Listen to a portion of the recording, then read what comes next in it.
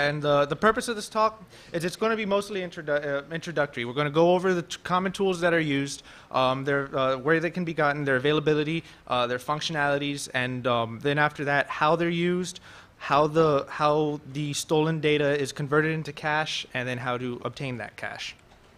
The tools of the trade that we're going to be going over, for common commercial exploit kits, we have the Eleanor exploit kit and Fragus. Those are very common drive-by download software. For actual payloads, we'll be going over the Zeus Trojan and SpyEye. Zeus has been pretty much the standard of digital crime since about 2007, and SpyEye has recently emerged as a competitor. And then as for the monetization of stolen data, we're going over resale, carding, the wire transfers, fake merchant accounts, and then the actual cashing out and laundering of it. For common methods of infection, the way I'm sure many of you have experienced it or seen it. You go to a website, it has a malicious iframe in it with some malicious JavaScript. It attempts to exploit your browser, often most successfully. Could use anything from a Java exploit to a Flash exploit to a PDF exploit, Internet Explorer. Basically anything it can do to crash the browser, get a malicious executable pulled from anywhere on the web, infect the machine, and then own it. Without drive-by downloads, there's also ways to spread infections, typical spamming through email, backdooring torrents from dirty sites, or just with straight-up USB drive switchblades. This is a screenshot of the Eleanor exploit pack. On the screenshot, it shows a list of the operating systems. There are about 8,250 hits on Windows XP, 3,680 on Windows Vista. The exploits that this uses is the MS09002, which is an Internet Explorer 6 exploit, MDAC, a Java exploit, and this PDF 2012. This was the old PDF 0 day that was made a big deal about a few months ago. It's since been patched, but this exploit kit was hitting it before it was patched. And this is the statistics page of the exploit pack. They're very organized. They're very sophisticated content management systems. This is keeping track of every browser that touches the exploit kit, how many hit it, and how many successful exploitations it had. The most successful one on here the most commonly used was Internet Explorer 8. And it had, from 5,000 hits, they had about 425 successful infections, which is about an 8.13 success rate. And on Internet Explorer 6, they had a 12% infection rate. They hit about 209 of 1,716 infected machines, and those are successfly deployed payloads. So they're building up quite a nice little botnet with this package. This is a screenshot of the installer page of the unique exploit pack, a competitor to Eleanor. Very similar functionalities. All these exploit kits operate in a standard PHP MySQL content management system. They've got a MySQL database. The exploits are kept in PHP files, and then they're called upon once they're hit from the malicious iframe. This is the Phoenix exploit kit, another competitor to the other two. They all pretty much serve the same purpose. They generate iframes on the fly with known exploits, and sometimes 0 days. These kits usually go for a few $100s to a few $1,000s on carding forums or any other malware forum. You can usually buy them directly from the author or through resellers. A lot of times resellers will backdoor them so that they can also get access to the compromised machines. This is one of the nicer ones. This is the Fragus exploit kit. It's got a real spiffy Ajax interface. It's got you don't have to know anything about coding. You don't need to know how to write HTML. You don't need to know an iframe. You can pretty much pay someone to install this on a host for you, and you can just start generating the code you need to start sticking places and infecting people. It's even, as you can see in the bottom, it's got check boxes of which exploits you want to hit. The MDAC exploit, more Internet Explorers, PDF ones. You can have it select all of them and hit all of them, or you can just target specific exploits if you know the traffic that's going to be hitting the page. Normally, a browser will hit the page once. It'll attempt to exploit, and then it'll redirect you to something innocent like Google, so you don't really know what happened until you start to see your machine behaving strangely. And what is the payload that is most commonly deployed with the with exploit kits? The most common one is the Zeus Trojan. It's used by pretty much all the miscreants of the web. You've got spammers, script kiddies, organized crime, phishers, Carters. This is kind of a one-size-fits-all Trojan that does all sorts of nastiness. It can be propagated through any of the methods we discussed before: spam, phishing, peer-to-peer, iframes on malicious websites. And the way it works is it'll hook into a lot of malware. Will just create a separate service. When you press Control-Alt-Delete, you'll see some weird thing in your task manager. Maybe check your MS config. You'll see some weird things running. Zeus will not do any of that. Zeus will hook services.exe. It'll act like a legitimate Windows process and run silently. Every 25 minutes, it'll beacon out to the command and control server with an encrypted post request. It's encrypted with RC4 encryption. And and Zeus is also very similar to the exploit kits. It's just a PHP MySQL interface with an executable that's built with a builder that comes with the package.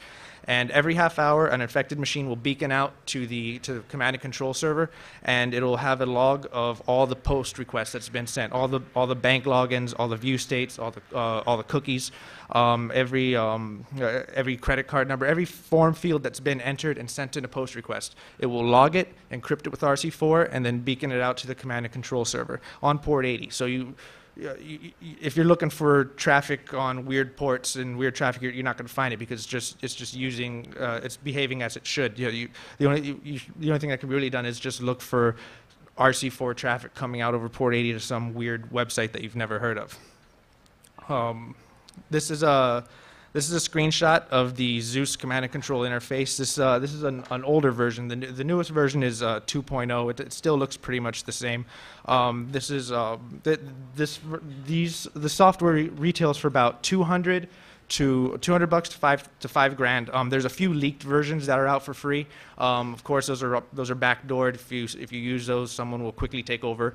And this particular one that we got access to the command and control center of, it had 5,675 infected machines and 4,900,000 reports in the database. So it was an old botnet that had been sitting around for a while, just collecting data from these 6,000 infected machines, and it eventually built up to 4.9 million reports, and that adds up to a lot of passwords, credit card numbers, and session cookies. Here's an example of the report header. I've blacked out, relevant information. It gives the bot ID. Each infected machine will have a unique identifier for that machine. It'll tell you the version of the payload that infected the machine. It'll fingerprint the entire operating system, give you the IP address, and at the bottom where it says source, this is a log from when it jacked some PayPal credentials. On this next page, we see the report of that, and it's grabbed everything: the login email, login password, first name, last name, credit card number, last 3 digits, billing address, an additional email address, city, state, zip, everything you need to pretty much do any type of fraud that you would like. Now, Zeus also has many plugins available, third-party plugins that are targeted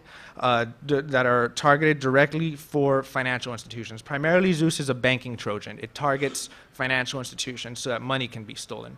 There are plugins that are written using a function called the web injects of Zeus, where it will rewrite the HTTP response for your when you log into your bank and you get the HTTP response for the screen. It'll inject additional form parameters, and those form parameters will be what's required to initiate a wire transfer. But you'll just think it's your bank asking for additional security questions. Oh, they're increasing their security, so you fill out the form. As soon as you fill those out, it goes back to this, it checks in with this mule software, and on this specific one, it tells it to automatically transfer between $5,000 to $7,000 the moment that it comes through. And so the moment that the form is filled out, it does a cross-site request forgery to the bank and transfers the money out to a Mule account. And this is a Mule CMS program. And every day, it's scheduled as soon as someone logs in, it'll initiate this transfer. So they'll be pulling even if they're just pulling one person a day, that's still 5 to 7 grand a day that they're doing, and they're definitely doing it to more than one person if they have several thousand machines on their botnet. And it's one of the real nice mule software is called URL Zone, where it'll do that, but in addition to injecting the forms and initiating a wire transfer in the back end, it will rewrite your statement on the HTTP response, so you don't see a balance change. It looks like nothing has taken place until you actually go to the ATM. And Zeus is also notoriously difficult to detect. I took a payload from the Zeus tracker, which is a tracker that monitors known Zeus command and control servers. I just took a payload directly from the tracker. It had been around for months. It was well known. It was flagged. And I uploaded it to VirusTotal. Less than half detected it. After, I'd say about, at the time, it had been about 6 months. Less than half detected that this specific public Zeus payload. It was for 19 out of 40. I decided to take that a little further and just run the executable through a very common free code obfuscation. This program is made for legitimate developers to protect their code. If they want to add licensing, they want to prevent people decompiling it. There's a million and one legitimate uses for this program. But if you also run malware through it, it rewrites the signature and makes it much more difficult to detect from antiviruses. So I took this known payload, ran it through the obfuscator, and re-uploaded it to VirusTotal. And only 5 out of 41 detected it. It dropped from dropped down to 12%. Everything pretty much failed it. Even the ones that flagged it only flagged it as suspicious. They didn't flag it as malware. They didn't flag it as the Zeus Trojan or Zbot. They just said something's off about this. You might want to look into it. But everything else gave it the green light. And competing with Zeus is SpyEye. It's very similar. It's got a much nicer interface. They make use of Ajax. Sells for about $500, and it will clean your Zeus infection when you get hit with it. The reason it does this The reason it does is it wants to be the only banking malware on the machine. The author said in an interview with the Malware Intelligence blog, he was saying that we're going to start seeing trends where malware authors will implement better antivirus solutions than the antivirus vendors, not because they care, they just don't want the competition. They don't want weird conflicts preventing data from going to where it's supposed to go. So SpyEye will clean Zeus infections, but leave you with SpyEye. And here's another screenshot of the statistics panel. I blanked out the IP addresses, for obvious reasons, and it's a much nicer interface. It has it's all Ajax based, and it's very nice. And the payload is also more difficult to detect than Zeus because it is used by far less people, and we actually found a website where someone had uploaded a copy of the SpyEye Trojan, and 50 out of 50 failed the antivirus test. It completely sailed through 100% clear, and that's not uncommon. That's the majority of these types of malware. The only ones that are getting caught are real big sloppy campaigns. If someone really wants to set it up, antivirus isn't going to fix it. You're still going to get hit, and you won't even know it because most time you get hit with malware, you start getting pop-ups. Your machine gets slow. There's a whole bunch of indicators that something's wrong. These run silently. They're designed so that you think everything is okay. Your computer's running as normal. It's keeping a little log and then beaconing out an encrypted post every half hour to the command and control center, and it's been very effective over the last several years, and it's causing a lot of problems. Now, once you have all this data, say there's the people with the 5 million reports, what do they do with it? Well, they can either sell it to other fraudsters, which is very common. There's internet forums all over the place where they're selling Zeus data and credit card data. They can either sell it by the gigabyte if they don't want to sort it, or they can break it up and go through it and analyze it and sell it individually if they want to invest the time. They could use that data for carding, where just typically ordering stuff, having it sent to a drop, or you just the old known carding. And one of the interesting things is a lot of them are. There's been a case where the FTC just discovered about $10 million of fraud through 100 different merchant accounts. And basically what some people had done is they'd set up several hundred merchant accounts in different states. And in order to create a corporation in most states, there's really no verification for it. You can just do it online. As long as you have a valid credit card, you can you can incorporate, and that's not a problem for these guys. And so they'll create a few hundred corporations in different states. Then using fake IDs to establish those and fake IDs to establish merchant accounts, they will start charging each card from a big breach or from a big botnet just a few cents each, and they will make ridiculous sums of money from this. And since it's just a few cents, the majority of the people aren't going to call for a chargeback to question some 50-cent charge or even a $1.50 charge. And this kind of developed after a while. Carders were using charities as checking services to check the validity of their cards. They charge 25 cents, 50 cents, through a charity. If the card works, it's valid. They decided, why give money to charity when we could just create merchant accounts and start getting the money. And they made about $10 million on this one instance that the FTC was able to pop, and this is just one that they were able to find. And then there's also affiliate program fraud, which is also very popular. Set up affiliate accounts, pay-per-click, resale, commission-based, pay-per-lead, any of those. Set it up with fake ID info or real ones if they don't care, and then just start using stolen cards to purchase stuff. And if it's a digital product like an ebook or something, there's a case where a group of people in California uploaded their own song to iTunes and then used a whole bunch of stolen credit cards to download it over and over again. But they got caught because they put the real info. They're stupid. And then you can also it's also used for pay-per-click fraud, where you can take all the infected. And that's another thing about the Zeus botnet and the SpyEye botnet. Every infected machine becomes a SOX 5 proxy, and they get a list of all the infected machines that are currently online. So each one of those you can bounce through to do whatever you want, and it'll be by region. So if you want to rip off a U.S. merchant, you use a U.S. proxy and do what you need to do. And you get lists of thousands, and you could chain those up, and they'll use it for pay-per-click fraud, denial of service, anything like that. And then the most popular one, and as we saw with the Mule software, is fraudulent wire transfers. And they'll use any. It doesn't just have to be a bank. It could be any account that you can fund. It could be a gambling account, bank account, affiliate account. Pretty much anything that you send money and it funds it. If they get the credentials, they will attempt to withdraw it. And how is this done? Through the use of mule accounts is a popular one. I'm sure a lot of you have seen spam. Work from home, become a payroll consultant. Human resources from your house, and basically it'll be someone with a bunch of stolen banking creds, and they need someone to go and open up checking accounts that they could wire the money into it, and they could keep some of it and then forward it on. And a lot of them are just people who are getting scammed from, they're really thinking they're working from home. They answered a Craigslist ad or something. And then there's other people who they're in on it, and they know what's up, and they'll use fake IDs, or they'll use the real info and be like, oh, I responded to an ad on Craigslist. I had no idea.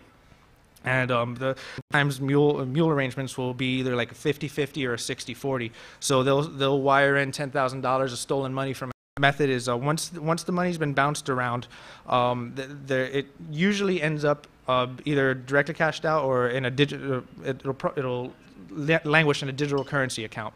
And back in the early 2000s, it was eGold.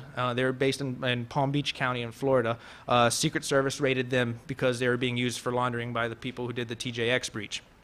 And then after that, everyone kind of moved to web money, which is basically like a Russian PayPal, and it has very, very little controls. And you used to be able to move huge sums of money instantly for very little fees. Russia has implemented a lot of financial controls now. They have their own similar Patriot Act legislation over there, and it's caused a lot of fraudsters to move from web money to Liberty Reserve. And Liberty Reserve is a Costa Rican digital currency account. It's as easy to set up an account with Liberty Reserve as with a free email, a Hotmail or Yahoo or something like that. They'll just give you an account number, and so if you're on an underground forum, you need someone to just quickly send you money, you just give them a Liberty Reserve number. They could just instantly transfer the money from their account, send a money order, or just send a wire transfer directly into the Liberty Reserve account. And it's used because it's anonymous. They really don't.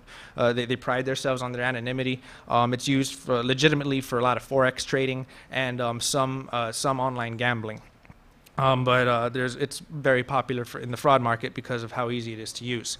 And usually one of the final stages of the cash out is the transfer from the mule account or the digital currency account into a prepaid debit card.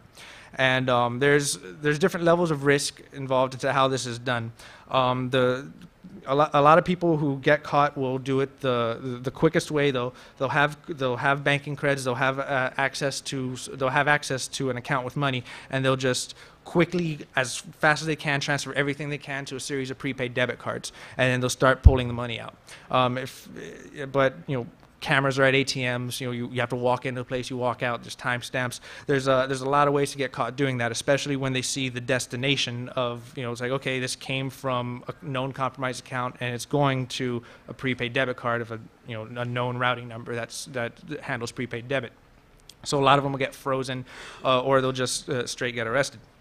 And or you can also bounce it through the mules. You have a mule, and then you have them send to a mule account, and then you have them send it to the prepaid debit account, and that's it's less risk.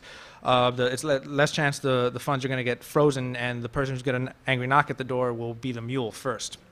And then you can also bounce it through a series of mules and digital currencies and just build up the layers and make the trail much more difficult to follow. But in the end, there always is a money trail. In the United States, they will follow that money trail. They will follow it to to your door if you're in the United States. But if you're in the Ukraine or you're in Eastern Europe somewhere, if there's no real agreements between the U.S. government and that government, it can be very, very difficult to enforce laws that prevent this. And also, because you could, from prepaid debit cards, you don't even need to pull it out of an ATM. You can also initiate transfers out of that prepaid debit account, so you can just have it wired to you at a Western Union. And so there's plenty of methods to actually get that done. And again, some typical methods of money laundering and cash out: take it direct from the stolen account, drop it to a prepaid card to cash out an ATM. Take it from an account, drop it to a mule, and have them pull the money out and physically send you half. And that's what a lot of people in Eastern Europe and Russia will do. They won't deal with any of the digital stuff. And they might pay their mules in preloaded prepaid debit cards, but they'll just want cash sent to their drop because it's the easiest and safest way. And then again, you have again proxying it through several mules, several digital currency accounts, and then cashing it out with a prepaid card. And again, don't try any of this. You will go to jail. They take it very seriously in the United States. They're very heavy-handed with their sentencing here, and more and more, there are more international task forces being formed to combat this type of stuff. Just an example of the heavy-handed tactics, Soup Nazi, the guy who did the TJX breach, 20 years in a U.S. federal prison. One of the people he worked with got 30 years in a Turkish prison for doing transfers out of bank accounts in Turkey. He didn't even live in Turkey. He was passing through. He was flying to vacation somewhere, and there was a stop in Turkey. And since he was known to them, they picked him up, and they're not going to let him go for the next 30 years. It's a Turkish prison. And mitigation. And these techniques, they're going to continue. It's very difficult to stop them. The only thing you can really do is make yourself a less attractive target. Antivirus isn't going to work. Your bank's fraud controls aren't going to work because they'll transfer the stuff out in increments and patterns that evade the fraud detection. The only thing you can really do lock your browsers down. Try to prevent iframe injection. Don't stick strange USB drives into your machines. Use no script on web. When you're browsing around watching TV shows or downloading wares, use no script. But sometimes you need websites that you need to have JavaScript so you could whitelist them. But for the most part, just keep no script always running. Use ad blocker. A real common thing to do is if you have a malicious iframe from a program, just buy up some advertisements and here's my ad, and you just give them the malicious code, and it could be embedded into an image or something, and then it'll just be served up on legitimate websites. So you could visit myspace.com, and they have a deal with an ad network that pushes an ad through, and no one has any idea that there's malicious code, and meanwhile then you're just hitting people on MySpace. And that happened. MySpace was delivering up malicious iframes through their advertisements a few years ago, and it continues on. Also, PDF files. There's Adobe calls it a feature, but you're able to, they support JavaScript and embedded executables in a PDF file. And you're able to change the text on, when you embed an executable in a PDF file and you open it up, it'll tell you, warning, there's an executable in here. Are you sure you want to run it? You can pretty much hex the PDF and change that to say, this is a copyrighted PDF file. Are you sure you must accept the agreement in order to read in order to read this document? And then all of a sudden you're gotten hit, and that's just one way. I guess it's kind of social engineering with a PDF. But then all the time there's always new exploits coming out for PDF. So just by having it load within your browser, it'll execute at the permission to your browser, and then you get hit. And Java applets. That's kind of like a fail. Like when an exploit kit can't hit you, let's say you have a patched browser, you have everything you need to do, it'll launch the Java exploit, and it'll give you a pop-up window, and it'll sign it with whatever looks legitimate. It'll say this is a Java app from Google, and because Google serves up Java apps when you hit their page, but it'll infect you, and don't accept them unless you're specifically expecting them. If you're logging into work, if your bank needs you to use a Java applet, that's the only time you should be using them. Otherwise, just don't accept them because they pop up. You will get infected. And preventing an antivirus from regarding Trojans, you're going to get hit. Like, the antiviruses aren't going to fix it. If you're downloading torrents, use a private tracker. That way, people serving up malware will get kicked. And regarding the bank account theft, don't use your debit card at gas station pumps or stores unless you don't mind everything being pulled out of it. It's a good thing to do is to have have multiple checking accounts. One hooked into your debit card that only has a couple $100s at any given time. When you need to fund the debit card, you just transfer from another account. That will prevent if your dump gets stolen from a skimmer or something, they're not going to hit you for any more than that's on the debit card. That's not going to do anything if your bank log gets stolen. They can have access and transfer anything every which way, but it helps. And again, you got to be diligent. Check your bank statements. Watch your credit cards. It's a pain, but you got to do it because they're doing it. They're checking your statements. They want to know how much money you have because they're going to take it. And bank fraud protection. They just want to charge you $10 a month to offer it. They're not going to do anything. At most, they'll turn it off if you make an expensive purchase, and most of the time it's you trying to make a purchase, and you have to call and have them turn your card back on. Just monitor your own statement. You got to take responsibility for your own statements, and just be vigilant. Another warning: individual accounts automatically insured by FDIC for up to $100,000. If you're hit with fraud or hit with anything like that, usually the bank or the FDIC will be able to cover you.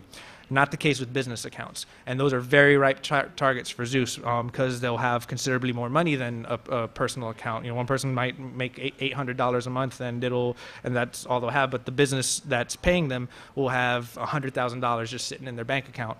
They can wire that on out, and business accounts aren't insured, so they're screwed. They just eat the loss, and you shouldn't click yes on that pop-up. And if you have a business, or you're just doing from home, have a dedicated machine for your online banking. Don't use Windows to log into your bank account. Just have a laptop somewhere, a cheap little netbook. Use a live CD or a live USB, and just something that's always going to be fresh when you log into your bank account. Just not something that's definitely not Windows and not logging everything. Not be able to be infected by one of these viruses that log everything and send it out. And some great resources are the Malware Intelligence blog. This is an Argentinian group. They do some very, very good work. They archive phishing pages. They have all sorts of white papers on different malware tools. They even, oh, I'm sorry, that's malwareint.com, malwareint.com. They have an interview with the author of Spy Eye on there, and they say it's a very interesting interview. And then there's also the malware domain list, which lists URLs of known exploit kits, and known Trojan command and control centers, and the Zeus tracker, which does the same thing as a malware domain list, but it's specifically for Zeus. And each of these websites, the MDL and the Zeus tracker, they'll have lists the CSV files that you can just export and add to your firewall rules. So any website that's listed in these on these websites, you can set it up so that no computer on your network will be able to connect to them. So that helps, but it's not going to prevent any new ones unless you keep yourself regularly updated with their updates. And that is all. I guess I will take questions. Yeah.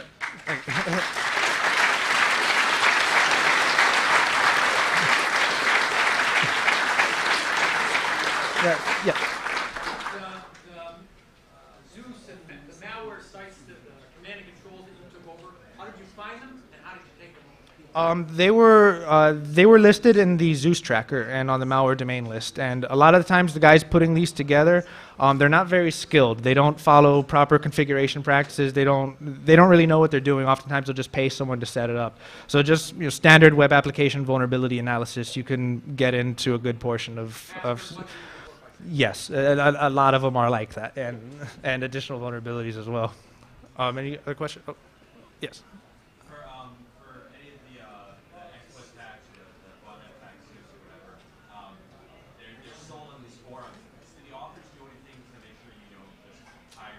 Yeah, yes.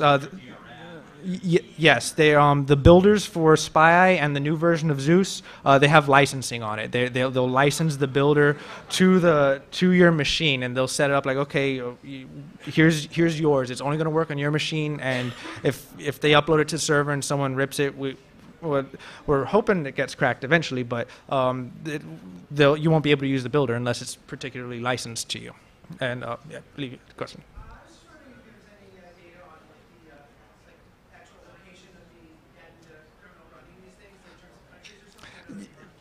Yeah, the Zeus tracker, it has lists of countries where the servers are held. The majority of them are in Eastern Europe and China, but there's a lot of Zeus servers being hosted in the United States as well. And they get taken down when they're discovered, but they're popping up every single day. They'll compromise websites and turn them into Zeus hosts, and they'll also just buy some hosting and hope that it stays under the radar until it gets too big.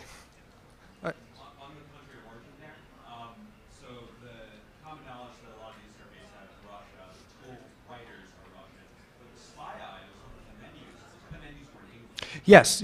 A lot of the Spy author does speak English, and I'm not sure if there's a Russian version of Spy. I think it might only be English, but on Zeus it has two settings. You can either set it to display in Russian or display in English. There's a lot of actors in Europe who use the software and don't read Russian.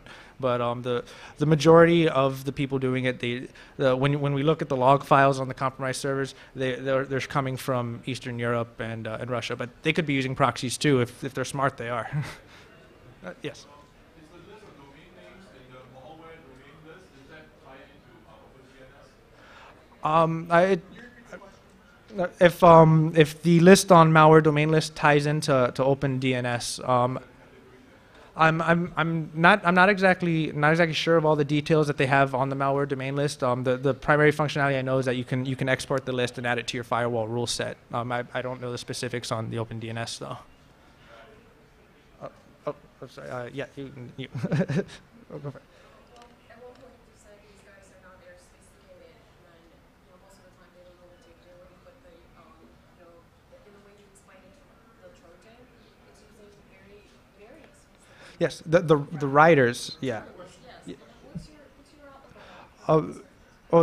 She was saying that she's asking about the people using it not being very sophisticated, but the Trojans themselves are very, very sophisticated. The authors of the Trojans and the kits, they're very skilled. They know exactly what they're doing, and but they're not really using it themselves because they can make much more money selling it at very high prices to people who they don't have the skill to write it, but they can navigate a point and click GUI interface, and those are mainly the people who are using it. The authors are just kind of developing the code and then selling it, and those guys are very good. And for the Zeus group is a Russian group, but they've been Zeus has been decompiled and then rebuilt, so there are many different variants, and but it's primarily Eastern Europe and Russia, and the authors are very, very skilled. Absolutely. Yes. Is it illegal writing? Are they going after the author? In the United States it is, but if the authors are, a lot of them times they're in like Russia or the Ukraine, and it's in those places it's not really illegal to develop the code, but it can be illegal to spread it, so or to sell it, but the authors are tracked, but they haven't caught them at all. I'm sorry, you, and then we'll go to you. So things like Zeus, they put out posts on a defined interval, usually using RC4 encryption. Have you had any experience with using an IDS system, an IDS to track these and identify? There are people working on doing that. It's just that since it comes out on port 80, it's unless you're looking for just straight RC4 traffic, but it's just going to look like gibberish. So how do you specify that? And There are IDS coming out that do EPAC analysis and inspection, but has that process been defined yet? not that I know of, not yet, not specifically for the Zeus Trojan.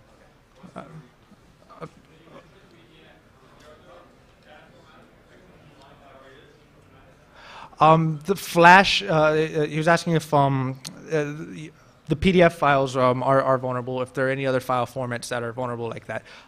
Flash, pretty much Adobe products are very vulnerable. Yeah, yes, and then we'll go to you. Yes. Yes, you were saying about IBS. You're saying that it calls out report 80, and you said every 25 minutes. Yes. Is that a reliable figure, or have they changed that from Maybe on the new one they've changed it. I'm not sure. But definitely on the old one, it's standard. It's a standard beacon every 25 minutes. Yes. Oh yeah, you can. You can configure it, but it'll stay consistent. Yes. Oh, sorry.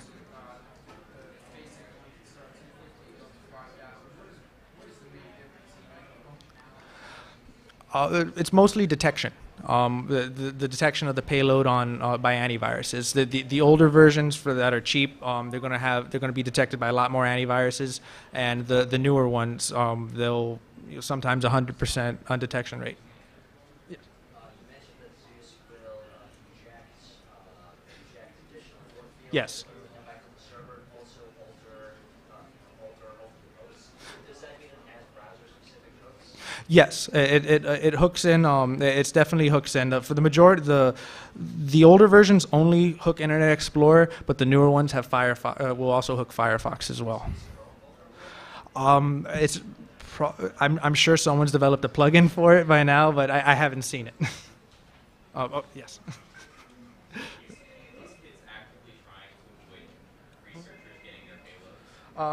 Yes, they'll try to just try to secure their servers and stuff, but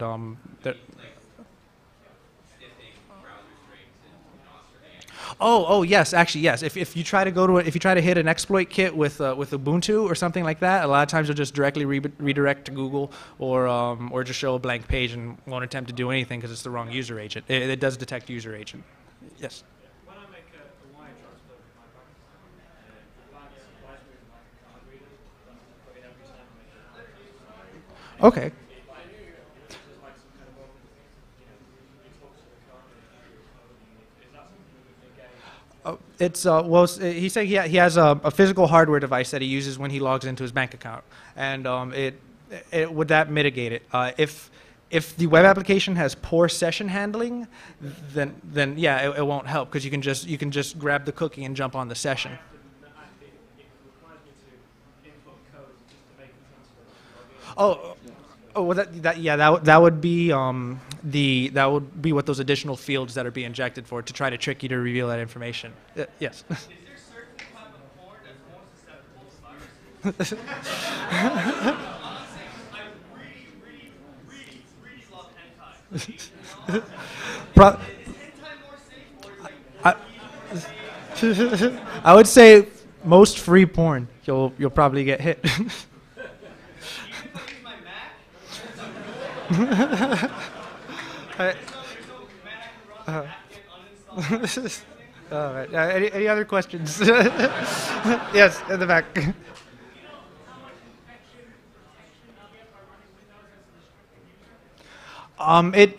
It can. Yeah. Again, if it's being hit with an exploit, like an exploit kit, it's not really going to help much. But if for just someone who's picking up a USB drive and sticking it in their machine, it might help.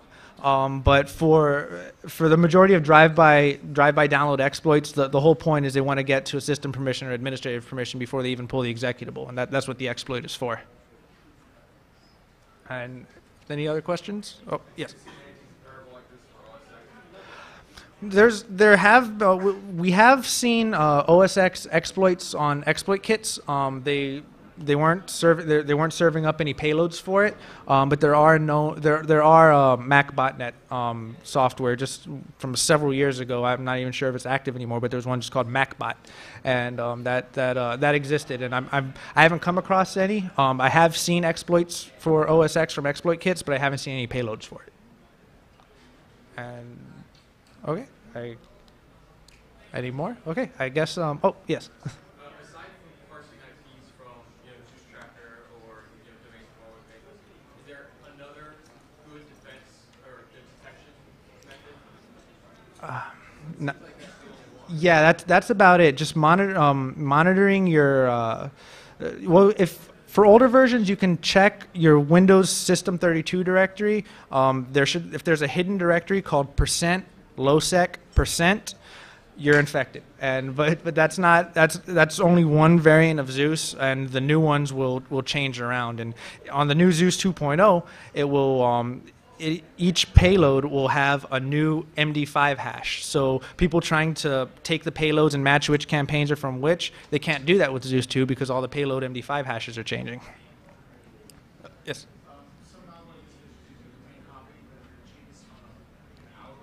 Oh, yes, the fast flux domain.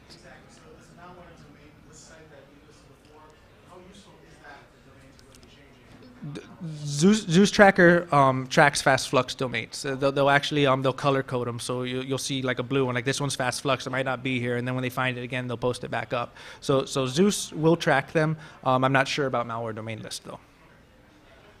Any questions? I can't see. Okay. I guess that's all. Thank you. Oh, actually, one more thing. We have a table downstairs in the mezzanine at the Hack Miami table. We have a server set up in the Knock Knock cage, and it has it's hosting up these exploit kits, and it's got a Zeus CNC on it. It's got these malware things on it. So if you want to come play with it, just come to our table. We'll have it set up, and you can have at it. Thank you.